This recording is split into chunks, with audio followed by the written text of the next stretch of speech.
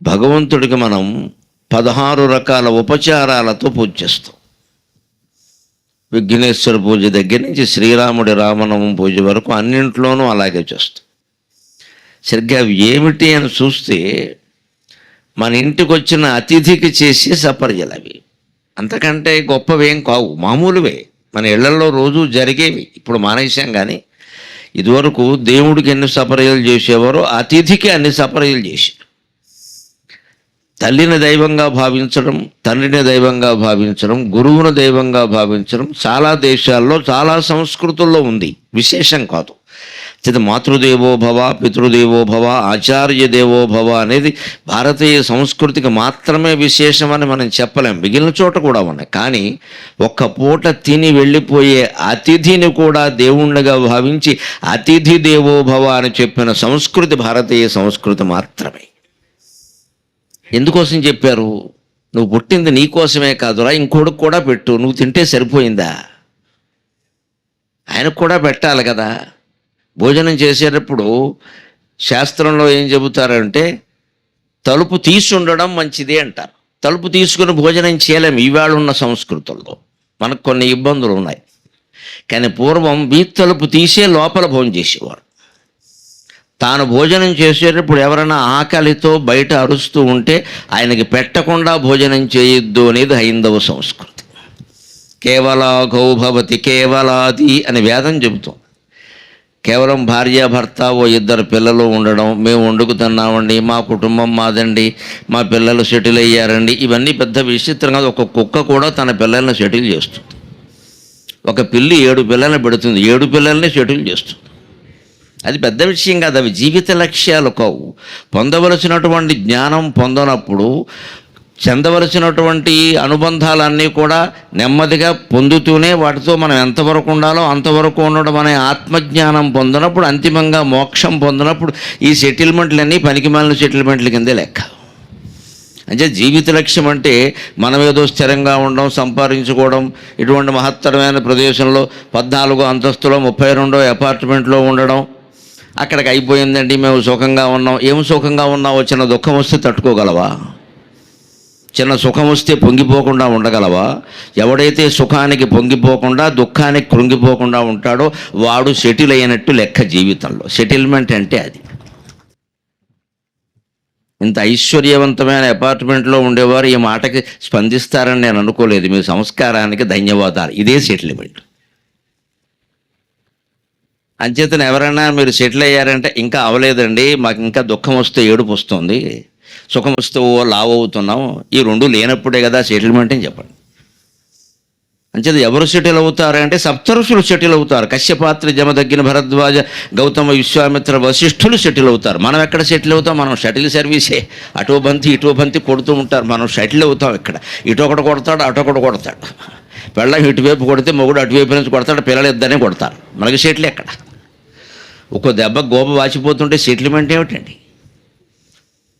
Settle అవ్వడం అంటే అది కాదండి. చిన్న సుఖవి చితాకిచన చిందువేయు. మన దిక్కుమాలన్న మనస్సు ఎటు ఉంటుందంటే చిన్న సుఖవి చితాకిన చిందువేయు. ఇష్టదైవం అనేటువంటి కావ్యంలో మా అమ్మవారి దగ్గర నేను చెప్పిన పద్యం ఇది. అమ్మా, చిన్న సుఖవి చితాకిన చిందువేయు, చిన్న దుఃఖానికే ఎద చీలిపోవు.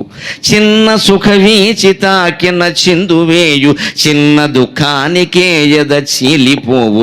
చిందువేయని చీలని చిత్తమెప్పుడు, చిందువేయని చీలని చిత్తమెప్పుడు, దేవి పాదములందున్నదే విముక్తి.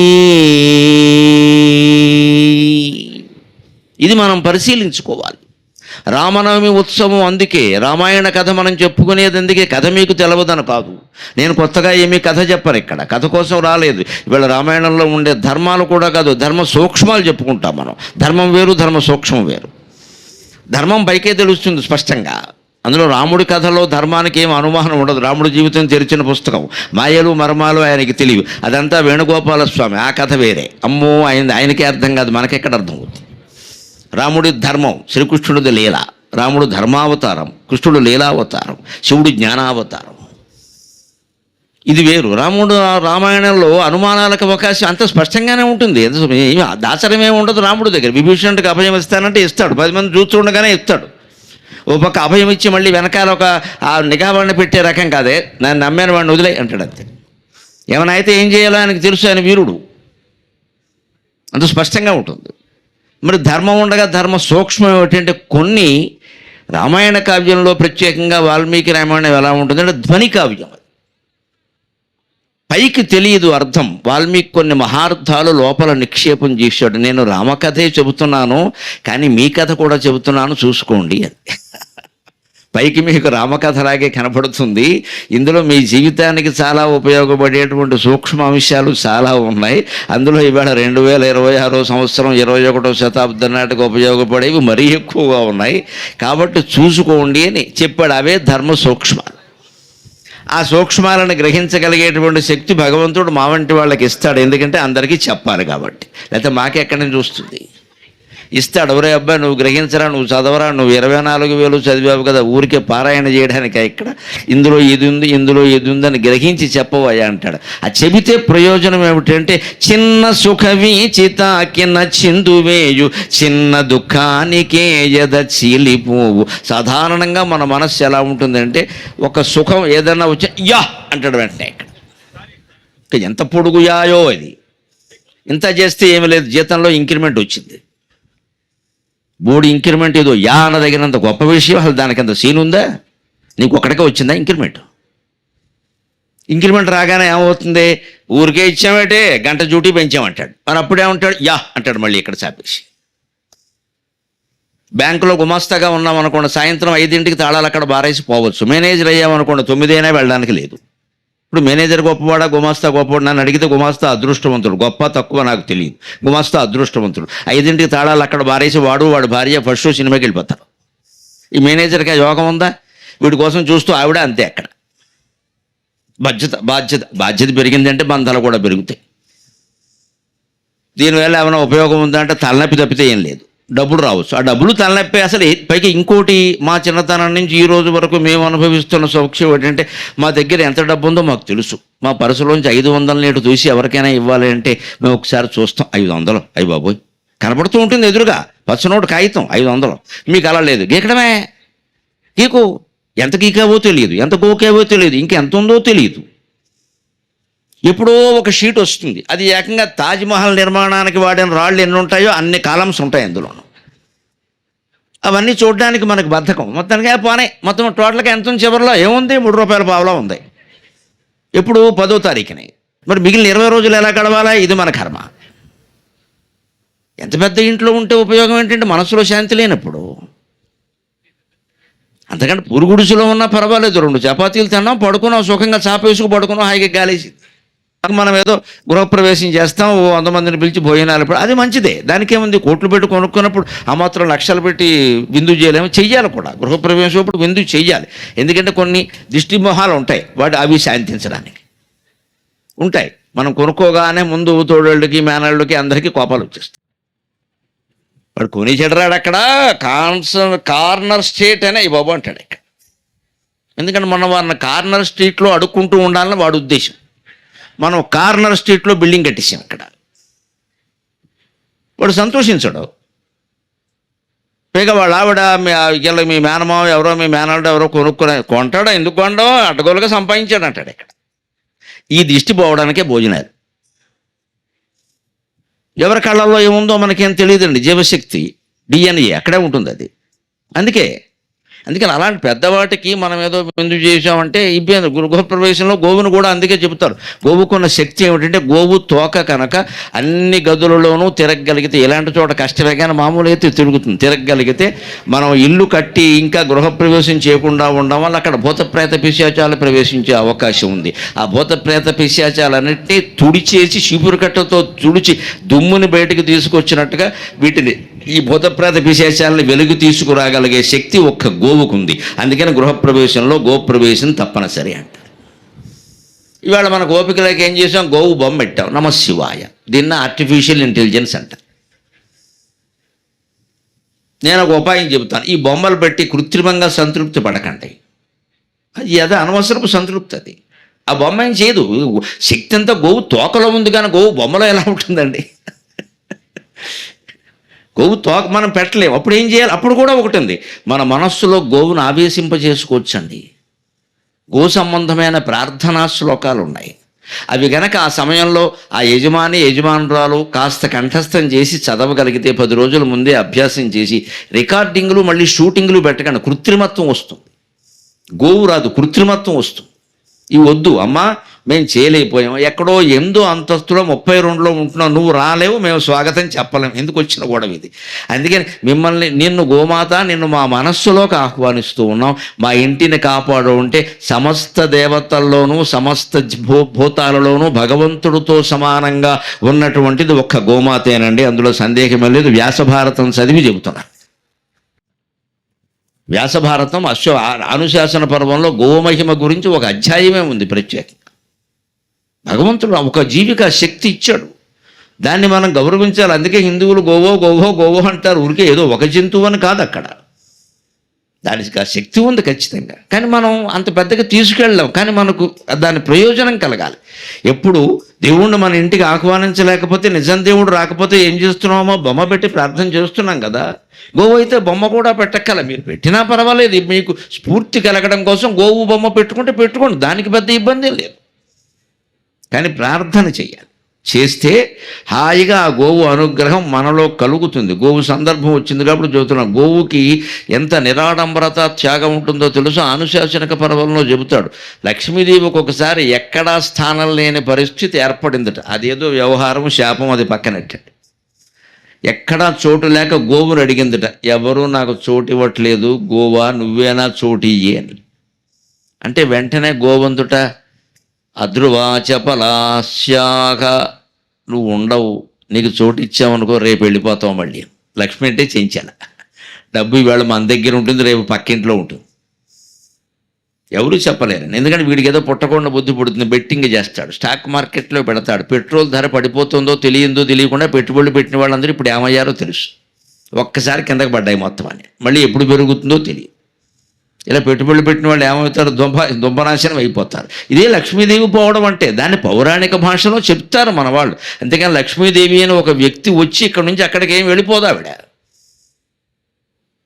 అందుకని అధ్రువాచపలాచస్వాం అంటారు. నువ్వు అధ్రువ, స్థిరంగా ఉండవు, చపల, ఎక్కడికి వెళ్ళిపోతావో తెలియదు.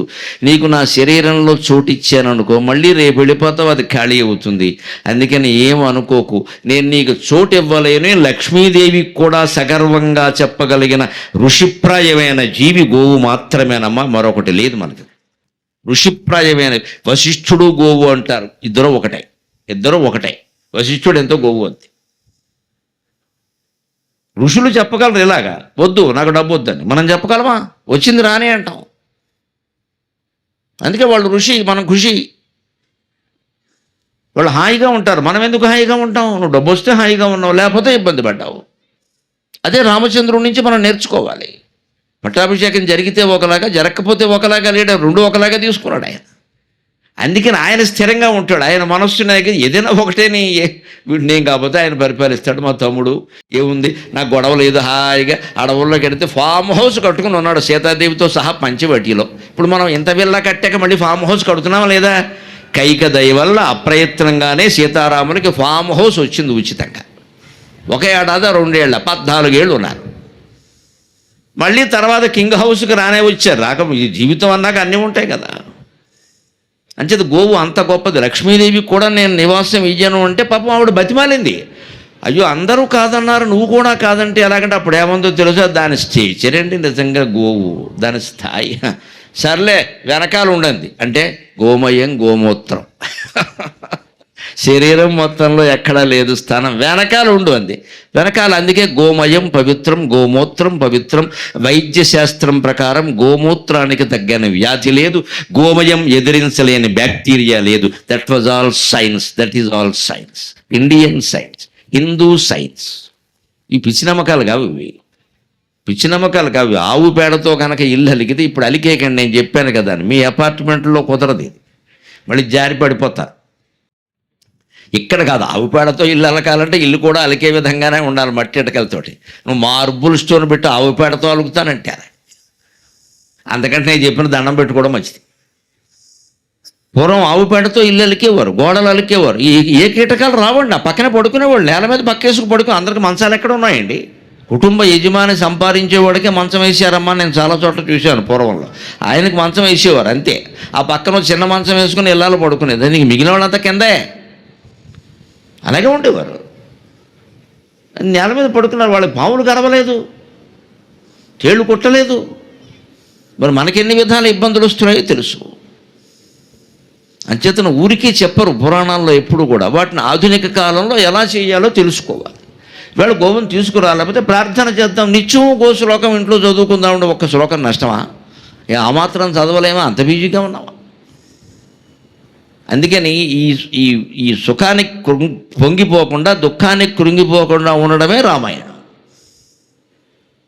సింధువేయని చీలని చిత్తం ఎప్పుడు దేవి పాదమ్ములందున్నదే విముక్తి. శ్రీరాముడు అంటే దేవీ స్వరూపం. శ్రీరామో లలితాదేవి శ్రీకృష్ణ శ్యామలా స్వయం అనే తంత్రశాస్త్రం స్పష్టంగా చెబుతోంది. రాముడు అంటే లలితాదేవి, శ్రీకృష్ణుడు అంటే శ్యామలాదేవి.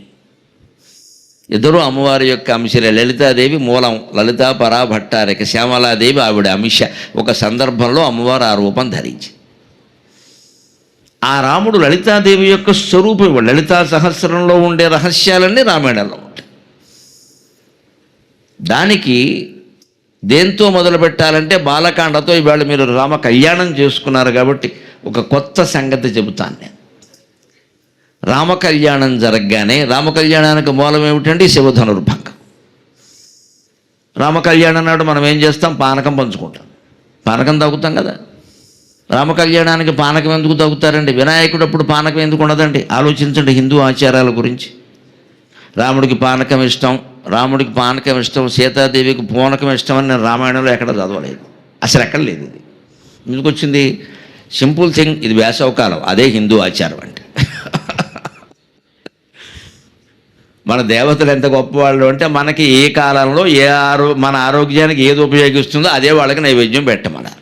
అంటే హిందూ దేవతలు మన అధీనంలో ఉంటారు. నీ ఇష్టమే, నా ఇష్టమరా, నాకు ఇష్టాలు ఏమిట్రా అమ్మాయి కూడా. జీవుడికి ఇష్టాలు ఉంటాయి, దేవుడికి ఉండవు. ఇష్టాయిష్టాలు ఉండేవాడు, రాగద్వేషాలు ఉండేవాడు జీవుడు, వాటికి అతీతంగా ఉండేవాడు దేవుడు. మళ్ళీ నాకు ఇష్టం అంటారు మీరు. ఈ ఇష్టం అనే దాన్ని పట్టుకుంటూ వచ్చి ఇబ్బంది ఏమిటి? రాముడికి 10 బిందెల పానకంతో అభిషేకం చేసే, చీమలు పట్టేసి ఇప్పుడు ఏం చేస్తావు? ఈ పిచ్చి మొక్కలు ఏంటి ఇక్కడ? అదే గుడ్డి నమ్మకం అంటే. రాముడికి పానకం ఇష్టం అంటే 10 బిందెల పానకం వీడు చేసిన వాడు తాగుతాడా? ఆయన నెత్తి మీద పోస్తావు పట్టుకెళ్ళి.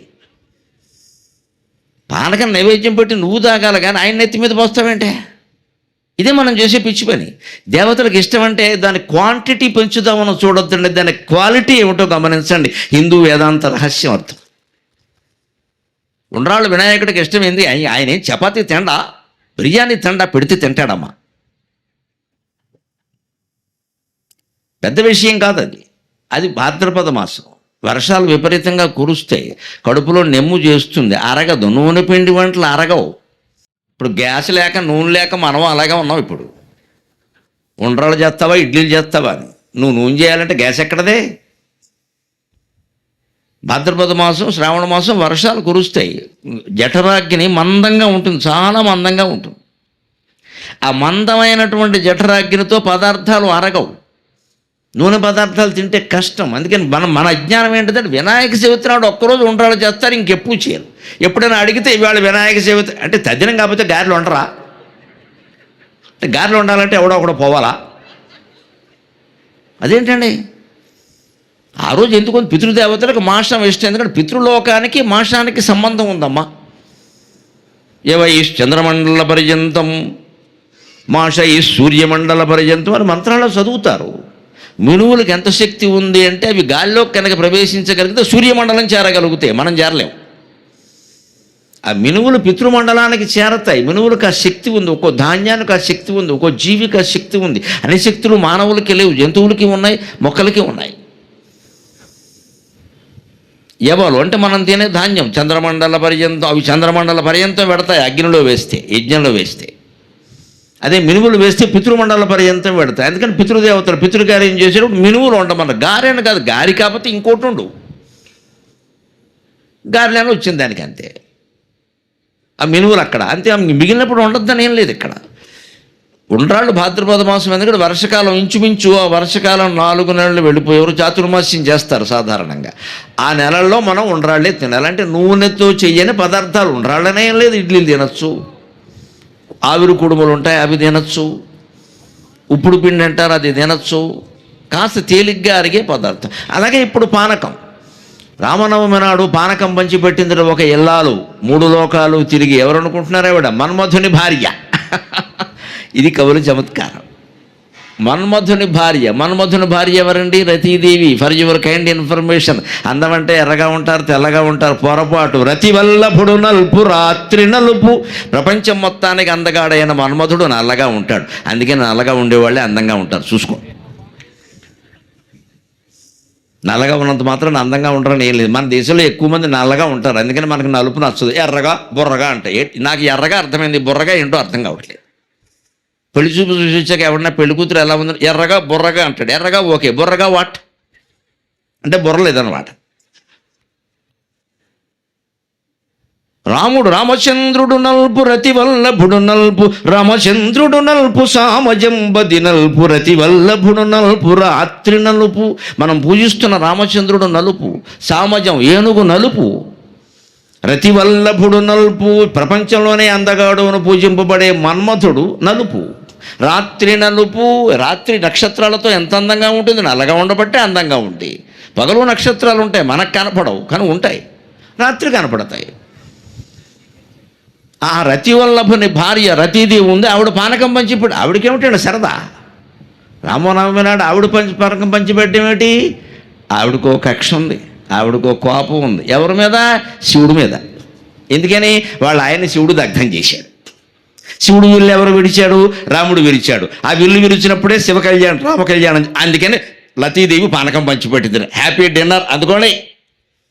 మా ఆయన్ని దగ్ధం చేసిన వాడు యొక్క విల్లు రామచంద్రమూర్తి విలిచాడు. అందుకని రామనవమి కళ్యాణంలో నేను పానకం పంచిపెడుతున్నా. తూర్పుగోదావరి జిల్లాలో కేశనకుర్రు అని ఒక అద్భుతమైన గ్రామం ఉంది. అక్కడ అల్లంరాజు కామేశ్వర శర్మ అని మా మిత్రుడు ఉండేవాడు. దురదృష్టం, చిన్న వయస్సులో చనిపోయాడు. బయాలజీ మాస్టర్ ఆయన, తెలుగు మాస్టర్ కాదు కానీ మంచి కవి. కవిత్వం అంటే ఆయనకి చాలా ఇష్టం. ఓసారి ఆయన ఇంట్లో నేను భోజనం చేస్తూ ఉంటే ఆ రోజు రామనవమి, అందుకని ఏమన్నా గరికపాటి వారు ఈ పద్యం రాశాను చూడండి అన్నాడు. ఎప్పుడో 95లో. చాలా బాగుందయ్యా, ఇటువంటి పద్యం ఎవడు రాస్తాడు అని నేను నా డైరీలో రాసుకున్నాను. దాన్ని మొట్టమొదటిసారి మీకోసం చెబుతున్నాను ఇప్పుడు. ఇంకా నవమి రామ కళ్యాణ లగ్నము వేళ, నవమి రామ కళ్యాణ లగ్నము వేళ. శివుని విల్విరిచిన వీరశేఖరుగని, శివుని విల్విరిచిన వీరశేఖరుగని. మదిని ముదమార తరగలామనియుగాగ, మదిని ముదమార తరగలామనియుగాగ. పానకము పంచే చెరకు విల్కాని రాణి, పానకము పంచే చెరకు విల్కాని రాణి. రామకళ్యాణం నవమి శుభలగ్నంలో శివుని విల్లు విరిచినటువంటి రామచంద్రుడు అనేటువంటి వీరశేఖరులను చూసి ఆనందం పట్టలేక తరగల అవనియుగాగా ఆవిడ మనసు సముద్రం అంతా ఉప్పొంగిందిట. మా ఆయన్ని దగ్ధం చేసిన వాడికి ఈవేళ అవమానం జరిగింది. ఆయన విల్లు రామచంద్రుడు విరిచాడు కదా. లోకంలో కష్టాలన్నీ దేవతలకు అంటకడతారు, కవులంటే అంతే. మన హిందూ ధర్మంలో, భారతీయ కవిత్వంలో, ఏ భాషలోనైనా కవిత్వం అంతే. మనకి మరీ తెలుగులో మరీ ఎక్కువ మన మనోభావాలే దేవతలకు ఆపాదిస్తాం అంతే. మనకి ఎవడి మీద నా కోపం ఉందనుకోండి, వాడిని మనం ఏం చేయలేకపోయాం. వాడిని ఎవడో గోపగల కొట్టాడు అనుకో, మనకి మా బాగా అంటాం మనం. ఇదే అంతే. శివుడు మన్మధుడు దగ్ధం చేశాడు. పాపం ఆయన ఏం చేయడం సాధ్యం కాలేదు. రతీదేవికి కానీ శ్రీ మహావిష్ణువుకి కానీ ఎవ్వరికీ సాధ్యం కాల. కానీ ఆయన విల్లు విరవడం ద్వారా శివుడు మళ్ళీ తలెత్తుగా లేకుండా ఇబ్బంది పడేలాగా రామచంద్రమూర్తి చేశాడు కదా. అమ్మయ్య, మా ఆయన్ని దగ్ధం చేసిన వాడిని ఓడించగలిగిన వాడు ఇంతకాలానికి పుట్టాడు, మానవుల్లోనే పుట్టాడు. ఆ మానవుడు కళ్యాణం చేసుకుంటే నేను పానకం పంచకపోతే ఎలాగాని రతీదేవి పానకం పంచింది. రతీదేవికి పానకానికి సంబంధం ఏమిటి? పానకం దేంతో? చెరుకు పానకం, చెరుకు రసమే కదా పానకము అంటే. మన్మధుని యొక్క విల్లు చెరుకుగడ. నేనేం చెరుకు కోసం తడుకోక్కలేదు, మా ఆయన చేతిలో విల్లే చెరుకుగడ. చెరకు విల్ కాని రాణి అని కామేశ్వర శర్మ గారు మన కోసం మంచి పద్యాన్ని అందించారు. అంటే మన దేవతారాధనలో మీరు గమనించండి, మన మనోభావాలే ఉంటాయమ్మా దేవతారాధనలో విశేషం. అది ఎక్కడి నుంచో ఆకాశం నుంచి రావు. మంత్రాలు వేరు, లలితా సహస్రం లాంటి మంత్రాలు అవన్నీ, అవి కూడా శాస్త్రీయమైన భావాలు ఉన్నాయి. మనస్తత్వ శాస్త్రం ఉంది లలితా సహస్రంలో అనేకమంది. ముఖ్యంగా రామాయణం లాంటి కావ్యం, భారతం లాంటి కావ్యం, భాగవతం లాంటి కావ్యం చదువుతుంటే మన మనోభావాలే కనపడతాయి. ఎందుకు మన మనోభావాలు అందులో పెట్టి రాశాను, అక్కడ కూడా ఇదే గోల అనద్దండి. ఈ గోల సరిచేయడానికే కదా ఆ గోల. నువ్వు ఎందుకు రాగద్వేషాలు పెంచుకుంటున్నావు? చిన్న సుఖానికే ఎందుకు పొంగిపోతున్నావు? చిన్న దుఃఖం ఏదో వచ్చింది, ఆ విషయం వదిలేయండి. ఎందుకు దాని మీద చర్చిస్తాం? మనకి సాధారణంగా ఏదైనా ఆందోళన కలిగిందనుకోండి, దుఃఖం వచ్చిందనుకోండి, ఉద్యోగం కూడా మానేసి ఇంట్లో కూర్చుని గంటకోసారి టీ తాగుతూ భార్యతో అదే చర్చిస్తాడు. It leads to may dangerous disease. ఒక భయంకరమైన వ్యాధికి దారితీస్తుంది. ఆందోళనగా ఉన్నప్పుడు ఎప్పుడు 2 పనులు చేయాలి, గుర్తుపెట్టుకోండి. 2 పనులు మానకూడదు. 1 దైనందిన కృత్యాలు మానకూడదు, 2 దైవస్మరణ మానకూడదు. ఈ 2 చేయాలి. డైలీ టైం టేబుల్ ప్రకారం నువ్వేం చేస్తావో చేసి ఆందోళన దూరం అవుతుంది. రోజు చేసే పనులు మానేస్తే, ఇవాళ నాకు చేయాలని లేదు, ఇవాళ నాకు చదవాలని లేదు, ఇవాళ నాకు దేవుడు పూజ చేయాలని లేదు, ఇవాళ స్నానం కూడా చేయాలనేది, జిడ్డుమొహం వేసి కూర్చుంటాడు. ఇక్కడ శుభ్రంగా స్నానం చేసే సమయానికి కాఫీ తాగే సమయానికి కాఫీ తాగేసి, భోజనం చేసే సమయానికి భోజనం చేసి, ఏది మానకు. చదువుకునే సమయానికి చదువుకో, ఆడుకునే సమయానికి చదువుకో, ఆడుకో, వాకింగ్ చేసే సమయం ఉంటే వాకింగ్కి వెళ్ళి, ఏది మానకు. ఫోన్ కాల్స్ ఆన్సర్ చేసే సమయం ఉంటే ఆన్ చేసి, ఏం పర్వాలేదు. నాకు మాట్లాడాలని లేదు, మాట్లాడాలి, ఆ రోజే మాట్లాడాలి. మనం ఆందోళనలో ఉన్నామన్న విషయం అంతరాష్ట్రం అంతా తెలియాల్సిన పనేం లేదు ఇక్కడ. అంటే మన జబ్బు వాడికి కూడా అంటిస్తావా? నాకేమిటో ఇవాళ మనస్సు బాగోలేదురా, నీ మనస్సుతోనే నువ్వు ఆలోచించి, ఇంకోటికి ఎందుకు చెబుతావు మిత్రమా? ఇంకోటికి చెబితే వాడు లోకు కొడతాడు, లేదా ఏదో చెప్తూ ఉంటాడు, ఫలానా చోట వైద్యం ఉంది. ఏం చేస్తావమ్మా? మన మనస్సుకు మనం వైద్యం చేసుకోవాలి, ఎవడు చేస్తాడు? అందుకే మన కవులు మన మనోభావాలే కావ్యాల్లో పెట్టి రాస్తారు. అందుకే రామ కళ్యాణానికి ఆ పద్యం రాశాడు. ఆ పద్యంతోనే నేను మొదలుపెట్టాను పెళ్లి కాబట్టి.